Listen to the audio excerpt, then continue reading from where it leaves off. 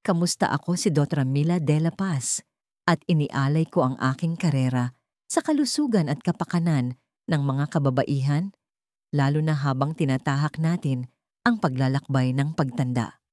Sa loob ng maraming taon, nagkaroon ako ng pribilehiyong tulungan ang mga kababaihan na yakapin ang mga pagbabagong dumarating pagkatapos ng edad 60 at mayroon akong mahalagang bagay na nais ibahagi sa inyo ngayon. Maaaring sinabi nila sa inyo na ang inyong pinakamagagandang taon ay lumipas na pagkatapos ng menopause ang inyong lakas ay tiyak na mawawala, ang inyong katawan ay babagal, at ang pakikipag-ugnayan sa inyong kabiyak ay magiging isang alaala na lamang.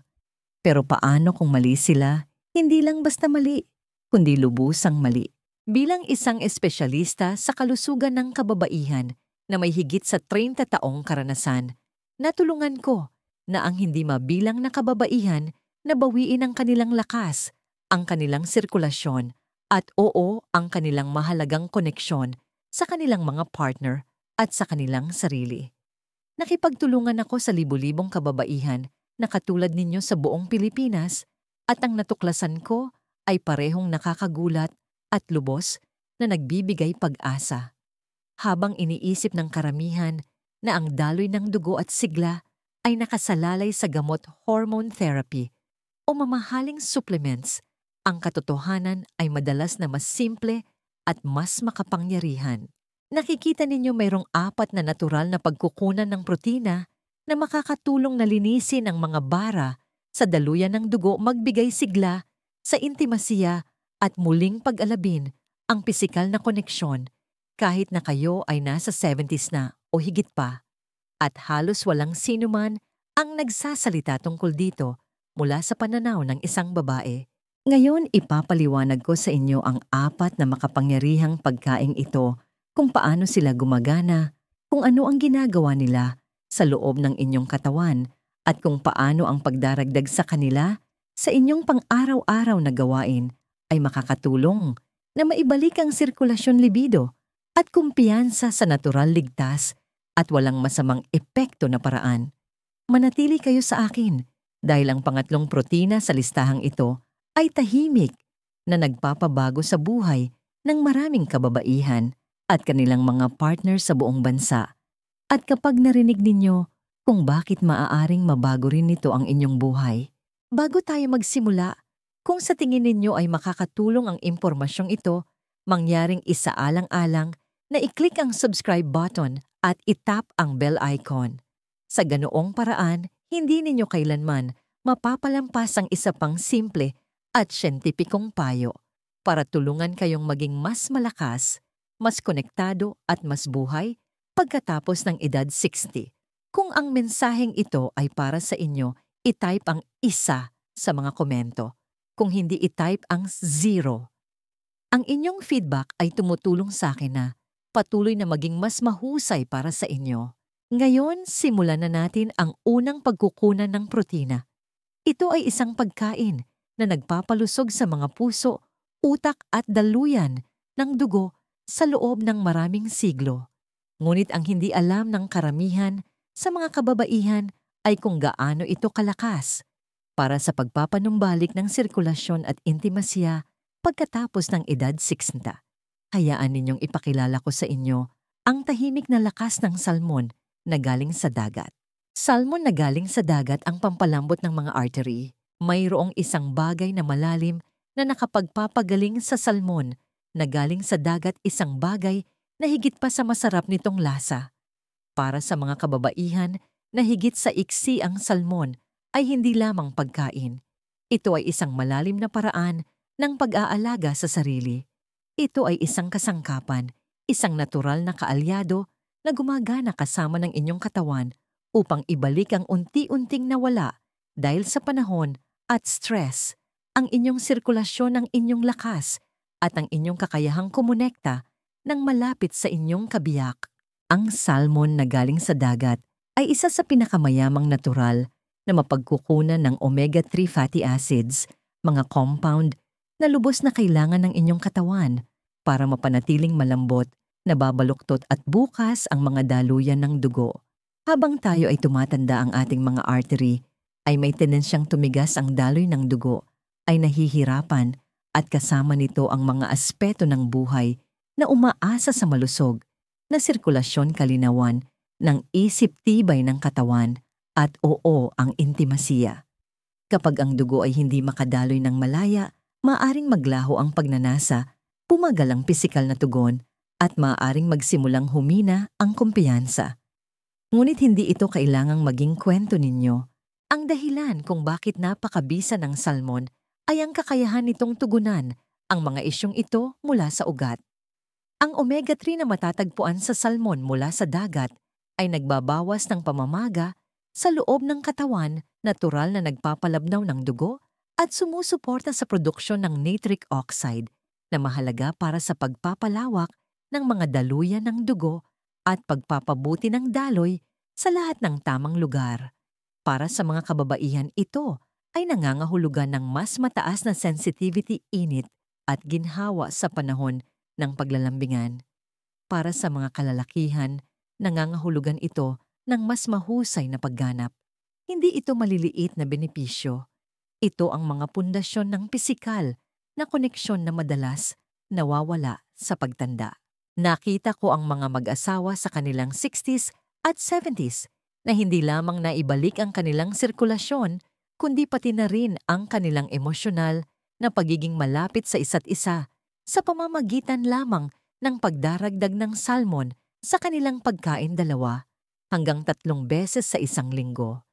Isang babae, si Aling Susan, ang nagsabi sa akin na pagkatapos nilang mag-asawa na kumain ng salmon para sa hapunan, napansin nila hindi lang ang mas magandang enerhiya, napansin nilang muli ang isa't isa.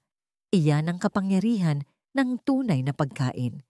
Kapag malaya ang daloy ng inyong dugo, malaya ring dumadaloy ang pagmamahal, kumpiyansa at kagalakan. Ngunit mahalagang piliin ang tamang uri. Laging piliin ang galing sa dagat, wild-caught, hindi ang galing sa farm-farmed. Ang salmon mula sa dagat ay libre sa mga sintetikong sangkap na maaaring makasagabal sa mga benepisyong pangkalusugan na hinahanap ninyo. Ito ay malinis, mabisa at naghahatid ng mga sustansya sa anyo na kayang sipsipin at gamitin ng inyong katawan. Inihaw, niluto, sa oven o bahagyang ginisa, hindi kailangan ng marami. Ilang simpleng pagkain lamang ay maaaring magbukas ng pinto sa mas malalim na kalusugan at mas malalim na koneksyon. Ngayon, kung ganyan kalaki ang kayang gawin ng isang masarap na isda, isipin kung ano ang magagawa ng isang halamang puno ng protina pagdating sa muling pagtatayo ng inyong sirkulasyon mula sa loob. Ang susunod na pagkain ay maaring makagulat sa inyo, ngunit ito ay tahimik na nagpapabago sa kalusugan ng mga kababaihan sa loob ng maraming henerasyon. Pag-usapan natin ito. Lentil o lentehas ang tagapagtayo muli ng mga ugat. Maaaring hindi lentil ang unang pumapasok sa inyong isip kapag iniisip ang sirkulasyon o intimasiya, ngunit huwag ninyong maliitin ang kanilang simpleng anyo. Ang maliliit na legumbre na ito ay nagtataglay ng malakas na benepisyo, lalo na para sa mga kababaihan na higit sa eksit na nais muling itayo ang kanilang kalusugan ng mga ugat at muling pag-alabin ang koneksyon na madalas kumukupas sa pagtanda. Tinatawag kong tagapagtayo muli ng mga ugat ang mga lentil dahil iyon mismo ang kanilang ginagawa, pinapalakas ang mga pader ng inyong mga daluyan ng dugo. Kinukumpuni ang pinsala mula sa maraming taon ng stress at mga pagbabago sa hormonal at tumutulong na maibalik ang maayos at tuloy-tuloy na daloy ng dugo sa buong katawan. Ang nagpapabukod tangi sa mga lentil ay ang kanilang mayamang konsentrasyon ng protina mula sa halaman kasama ang mahahalagang mineral tulad ng magnesium folate at potassium. Ang mga sustansyang ito ay nagtutulungan upang mag-relax at palawakin ang mga daluyan ng dugo, bawasan ang presyo ng dugo at suportahan ang malusog na produksyon ng red blood cell. Habang tayo ay tumatanda, ang maliliit na ugat na nagdadala ng oxygen sa pinakasensitibong bahagi ng ating katawan ay maaaring manigas at magbara. Naaapektuhan nito ang lahat mula sa antas ng enerhiya hanggang sa sexual na paggana na madalas humahantong sa pagkapagod, nabawasang pakiramdam o hirap sa pagpukaw ng pagnanasa.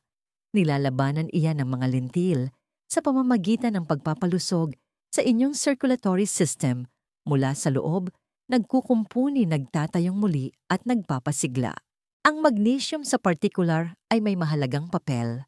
Sinusuportahan nito ang pag-relax ng mga daluyan ng dugo at pinapabuti ang endothelial function, ang kakayahan ng inyong mga artery na lumawak at umurong ng maayos. Kung wala ang flexibility na ito, hindi makakarating ng epesyente ang dugo sa inyong mga kalamnan o sa mga sensitibong bahagi. Ang resulta, malamig na mga paa, pagiging makakalimutin at isang tahimik na distansya sa pagitan ninyo ng inyong partner.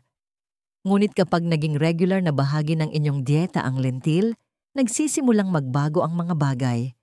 Bumubuti ang sirkulasyon, umiinit ang inyong katawan, mas gising ang inyong pakiramdam, mas alisto, at mas bukas sa paglalambingan.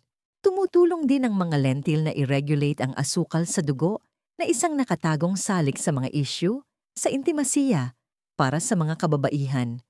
Ang mataas na asukal sa dugo ay maaaring makapinsala sa mga nerve at makabawas ng sensitivity.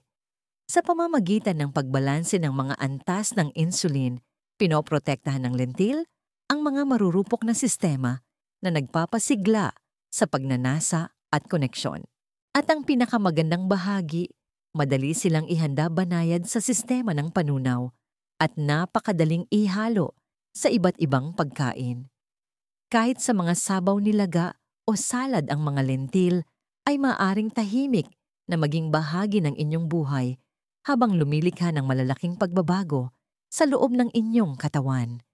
Marami sa aking mga pasyente ang nagugulat kapag ang isang simpleng pagkain ay nagdudulot ng kapansin-pansing pagkakaiba. Ngunit iyon ang kagandahan nito, hindi ninyo kailangan ng malalaking pagbabago para makaramdam ng malaking pagbuti. Kailangan ninyo lang ng tamang panggatong. At kung pag-uusapan ng tamang panggatong ang susunod na pagkukunan ng protina sa ating listahan, ay hindi lamang nagpapalusog sa inyong katawan. Tumutulong itong balansehin ang inyong mga hormone at patalasin ang inyong pokus. Ito ay isang pagkain na hindi naintindihan sa loob ng maraming taon, ngunit hawak nito ang isa sa mga nawawalang susi sa ating sigla bilang mga kababaihan. Tuklasin natin ang katotohanan. Itlog ang tagapagbalanse ng hormones. Sa loob ng maraming taon, mali ang pagkakaintindi sa mga itlog, tinaguri ang hindi malusog dahil sa kolesterol. Marami sa atin ang sinabihang iwasan ito ng tuluyan. Ngunit narito ang katotohanan ng tunay at buong itlog ay isa sa pinakamakapangyarihan at natural na kasangkapan na meron tayo upang ibalik ang balanse ng hormone, lalo na pagkatapos ng edad 60. At pagdating sa intimasiya at sirkulasyon, mas mahalaga ang ating mga hormone kaysa sa inaakala ng karamihan. Kung walang malusog na antas ng estrogen, progesterone at iba pang mahahalagang regulators, ang kislap na nagpapasiklab sa pagnanasa at pagiging malapit ay nagsisimulang maglaho. Ang inaalok ng mga itlog ay hindi lamang protina, kundi ang mismong mga sangkap na ginagamit ng inyong katawan upang lumikha ng mga hormone na yon. Sa loob ng pula ng itlog ay merong isang bagay na desperadong kailangan ng marami sa atin, mataas na kalidad na kolesterol. Hindi ang uri na bumabara sa mga artery, kundi ang uri na ginagawang hormones ng inyong katawan na mahalaga para sa sexual na kalusugan, mood at enerhiya. Habang tayo ay tumatanda, natural na bumababa ang antas ng ating hormone. Normal iyon. Ngunit ang mga sintomas, mababang libido, panunuyo ng ari, pabago-bagong mood o hirap sa pagpukaw ng pagnanasa ay hindi kailangang maging tiyak na mangyayari. Sa pagbibigay sa inyong katawan ng tamang panggatong, pinapayagan ninyo itong ibalik ang balanse ng natural nang walang sintetikong hormone replacement. Naglalaman din ang mga itlog ng choline, isang sustansyang mahalaga para sa kalusugan ng utak at pagpapadala ng signal ng mga nerve. Ang mas mahusay na nerve function ay nangangahulugang mas magandang komunikasyon sa pagitan ng inyong utak at katawan, lalo na sa panahon ng intimasya. Nakakatulong itong muling buhayin ang oras ng pagtugon sensasyon at emosyonal na koneksyon. Lahat ng ito ay nag-aambag sa mas malalim at mas kasiya siyang pagiging malapit na hinahangad ng marami sa atin. At dahil ang mga itlog ay mayaman din sa bitamina B12 at selenium, tumutulong silang labanan ang pagkapagod at kalituhan ng isip dalawang banayad, ngunit malakas na hadlang sa intimasiya na tahimik na pinagdadaanan ng maraming kababaihan. Ang maganda sa itlog ay ang kanilang pagiging simple. Scrambled, poached o nilaga, madali silang isama sa umaga. 1 o 2 piraso lamang sa isang araw ay maaaring dahan-dahang baguhin ang inyong panloob na kimika patungo sa sigla. Mayroon akong mga pasyenteng babae na nasa kanilang huling 60s na maraming taon nang hindi interesado sa intimasiya ang bumalik pagkatapos lamang ng ilang linggo ng pagdaragdag ng itlog sa kanilang almusal. Inilalarawan nila ang pakiramdam na mas matatag, mas malinaw ang isip at mas katulad ng kanilang tunay na sarili. Hindi ito mahika. Ito ay biyolohiya na sinusuportahan ng tunay na nutrisyon. At habang tinutulungan ng itlog na balansehin ang nasa loob, ang susunod na pagkukunan ng protina ay mas malalim pa ang epekto. Sinusuportahan nito ang inyong reproductive health, pinapalakas ang inyong immune system, at ibinabalik ang isang sustansya na hindi alam ng karamihan sa mga babaeng higit sa 60 na kulang sa kanila. Maaaring maliit ito, ngunit ang epekto nito sa ating kapakanan at kumpiyansa ay hindi maliit. Tingnan natin ang tahimik na powerhouse na bumubuo sa listahang ito. Buto ng kalabasa ang sikreto ng zinc. Sila ay maliit, simple at madalas na hindi napapansin, ngunit ang mga buto ng kalabasa ay maaaring isa sa pinakamahalagang karagdagan na maaari ninyong gawin sa inyong dieta pagkatapos ng edad 60, lalo na pagdating sa sirkulasyon, intimasiya at pangkalahatang sigla. Puno ng protina, magnesium, malusog na taba at isang mahalagang mineral zinc, ang mga butong ito ay tahimik na sumusuporta sa ilan sa mga pinakamahalagang sistema sa tumatandang katawan ng isang babae. Ang zinc ay isang mineral na hindi natin namamalayan na kulang sa karamihan sa atin, at ang mga epekto ng kakulangang iyon ay maaaring lumitaw sa banayad, ngunit makabuluhang paraan. Para sa mga kababaihan, ang zinc ay may papel sa regulasyon ng hormone, lakas ng immune system, at maging sa kalusugan ng ari. Nag-aambag ito sa sexual na pagnanasa, reproductive function, at sa kalinawan at kumpiyansa na nagmumula sa pakiramdam na tunay na malusog. Ang nagpapabukod tangis sa mga buto ng kalabasa ay kung gaano kahusay nilang inihahatid ang mineral na ito sa isang natural at madaling maabsorb na anyo. Isang maliit na dakot lamang, mga 1 o 2 onsa kada araw ay makakatulong na mapunan ng inyong mga antas ng zinc, suportahan ang balanse ng hormone, at pasiglahin ang mas mahusay na daloy ng dugo kung saan ito pinakamahalaga. Hindi lamang ito tungkol sa pagganap, ito ay tungkol sa presensya. Ito ay tungkol sa pagbabalik ng init sa inyong katawan, ang pagbabalik ng pakiramdam sa inyong mga relasyon ng banayad. Ngunit malakas na kamalayan na kaya ninyo pa ring kumonekta at maging masaya. Pinapalakas din ng zinc ang produksyon ng nitric oxide na tulad ng nakita natin sa ibang mga pagkukunan ng protina ay tumutulong na palawakin ang mga daluyan ng dugo at mapabuti ang sirkulasyon. Nangangahulugan iyon ng mas kaunting presyon, mas maraming pag-relax at mas malakas na pisikal na tugon sa panahon ng intimasiya. Naglalaman din ang mga buto ng kalabasa ng omega fats mula sa halaman at magnesium na parehong nagpapakalma sa nervous system at sumusuporta sa mahimbing na pagtulog. At mas mahalaga iyon kaysa sa ating inaakala dahil kung walang sapat na pahinga, bumababa ang produksyon ng hormone tumataas ang antas ng stress at lumalaki ang emosyonal na distansya. Ngunit kapag ang katawan ay napalusog at nakapagpahinga ng maayos ang intimasya, ay hindi na nagiging isang pakikibaka, kundi isang pinagsasaluhang karanasan. Muli, nakita ko ang mga kababaihan na nagsimulang kumain ng buto ng kalabasa bilang merienda lamang, ngunit natuklasan pagkaraan ng ilang linggo na may isang bagay na tahimik, ngunit mahalaga ang nagbago. Mas malapit sila sa kanilang mga partner, mas komportable sa kanilang sariling balat, mas buhay. Ang huling pagkukunan ng protina na ito ay maaaring pinakamaliit sa listahan, ngunit ang epekto nito ay maaaring maging malalim. Pinapatunayan nito na kung minsan ang pinakamaliliit na bagay ang nagdudulot ng pinakamalaking resulta. At ngayong nakita na ninyo ang buong larawan, 4 na natural na pagkukunan ng protina na sumusuporta sa sirkulasyon mga hormone at koneksyon, maaring nagtatanong kayo, paano ako magsisimula? Ano ang pinakamahusay na paraan upang gawing pang-araw-araw na gawi ang kaalamang ito na talagang magtatagal? Ang sagot ay mas simple kaysa sa iniisip ninyo at nakakagulat na madaling gawin. Paano gamitin ang mga pagkaing ito simula ngayon? Ang pag-alam kung ano ang kakainin ay isang bagay, ngunit ang aktwal na pagsasama nito sa inyong buhay ay kung saan nagsisimula ang tunay na pagbabago. Ang magandang balita ay ang 4 na makapangyarihang pagkukunan ng protina na ito salmon na galing sa dagat, lentil, itlog at buto ng kalabasa ay hindi nangangailangan ng isang espesyal na dieta o isang komplikadong plano sa kalusugan. Kailangan lang nilang isama ng regular at may intensyon sa inyong pang-araw-araw na ritmo.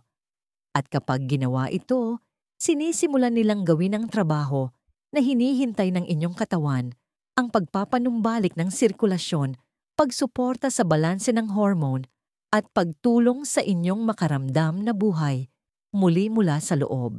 Magsimula sa maliliit at tuloy-tuloy na pagbabago.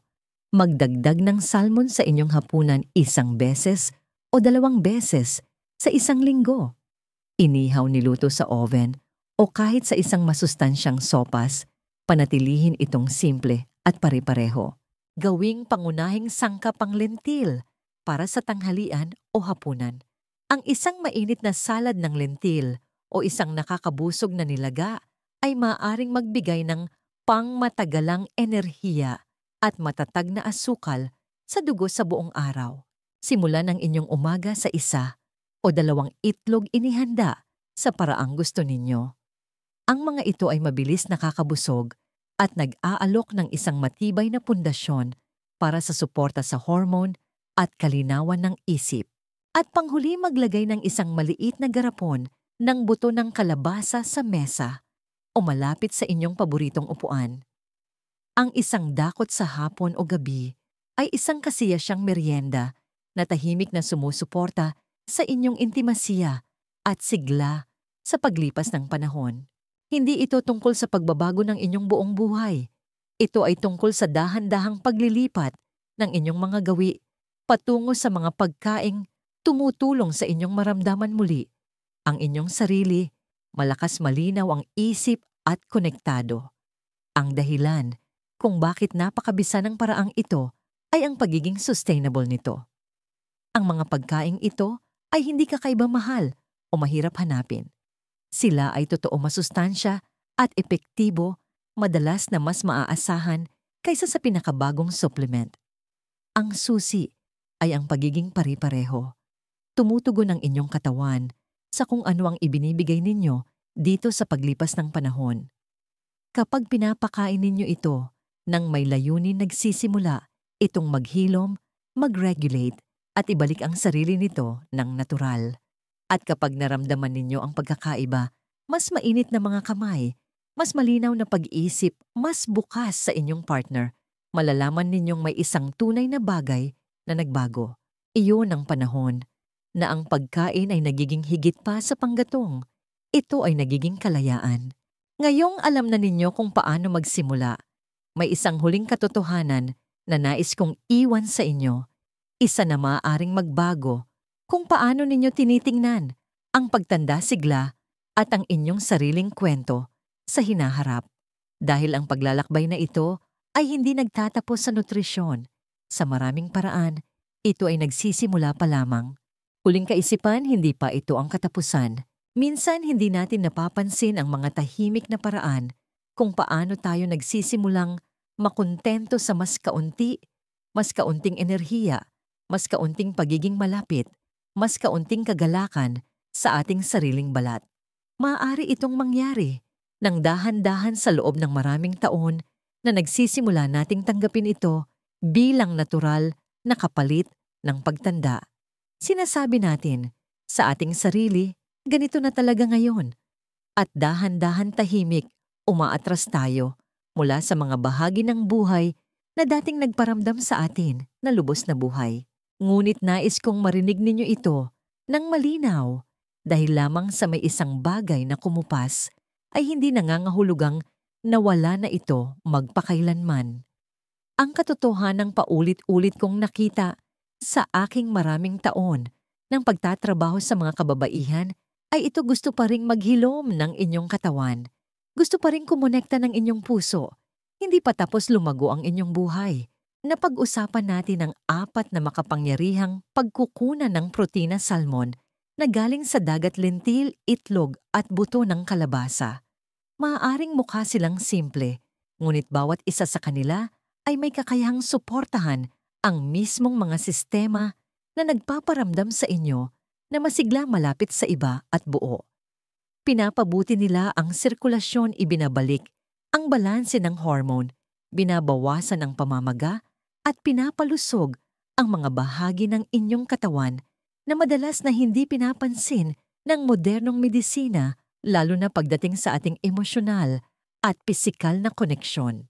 Tinutulungan ng salmon na panatilihing malambot ang inyong mga artery at malayang dumaloy ang dugo upang ang enerhiya at init ay makarating sa bawat bahagi ng inyong katawan. Itinatayong muli ng lentil ang lakas ng mga ugat at tinutulungang patatagin ang inyong asukal sa dugo, 2 salik na kritikal sa pangmatagalang sigla. Ibinabalik ng itlog ang balanse ng inyong mga hormone, sumusuporta sa kalinawan ng isip at ibinabalik ang panloob na kimika na nagpapasigla sa pagnanasa at ginhawa. Ibinabalik ng buto ng kalabasa ang zinc at magnesium na kulang sa marami sa ating mga katawan na sumusuporta sa ating kalusugan, katatagan at mahimbing na pagtulog. Ngunit ang tunay na kinakatawan ng lahat ng mga pagkaing ito ay isang pagpili, isang desisyon na alagaan ang inyong sarili sa paraang simple, makapangyarihan at nakaugat sa kalikasan. Hindi ninyo kailangang ibalik ang panahon. Hindi ninyo kailangang habulin ang kabataan. Kailangan ninyo lamang igalang ang katawan na mayroon kayo ngayon, ang katawan na nagdala sa inyo sa buong buhay at mayroon pa ring maibibigay. Nakita ko ang mga kababaihan sa kanilang 60s, 70s, kahit 80s na nagsimulang makaramdam ng mga pagbabagong hindi nila inakalang posible, isang init sa kanilang mga kamay, isang kalinawan sa kanilang mga isip, isang muling paggising ng haplos ng pagiging malapit ng tawanan na matagal na nilang hindi ibinahagi. At hindi ito kailanman nagsimula sa isang reseta. Nagsimula ito sa isang pagbabago, isang desisyon na pakainin ang kanilang katawan ng tamang pagkain, isang maliit na hakbang sa bawat pagkakataon. Kaya kung kayo ay nakakaramdam ng pagkadiskonekta mula sa inyong enerhiya, mula sa inyong partner, o mula sa inyong sarili, sana ay magbigay ito sa inyo hindi lamang ng impormasyon, kundi ng inspirasyon. Hindi sira ang inyong katawan, hindi pa tapos ang inyong kwento. At kung minsan ang isang bagay na kasing simple ng ilang pagbabago sa inyong plato ay maaaring magbukas ng mga bahagi ng buhay na akala ninyo ay hindi naabot kamay. Hindi ito ang katapusan.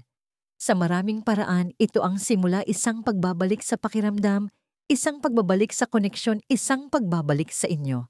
Isang huling paalala mula kay Dr. Dela Paz, ang pinakamahalagang aral na natutunan ko bilang isang doktor at bilang isang babae ay ang kapangyarihan na bawiin ang ating sigla ay madalas na nasa pinakasimple at pinakanatural na mga pagpipilian na ginagawa natin araw-araw.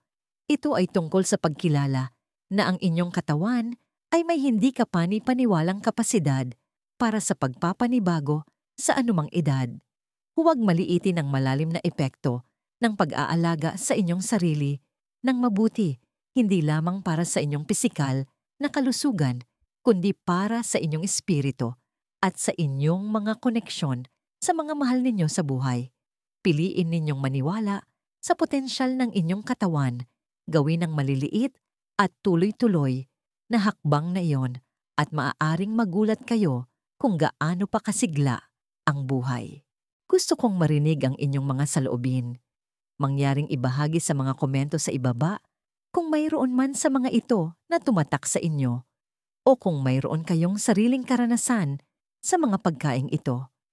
Kung nakita ninyong mahalaga ang impormasyong ito, mangyaring mag-subscribe para sa mas marami pang kaalaman tungkol sa malusog na pagtanda at isaalang-alang na ibahagi ang artikulong ito sa mga kaibigan o pamilya na maaaring makinabang. Hindi ninyo alam kung kaninong buhay ang maaari ninyong mahipo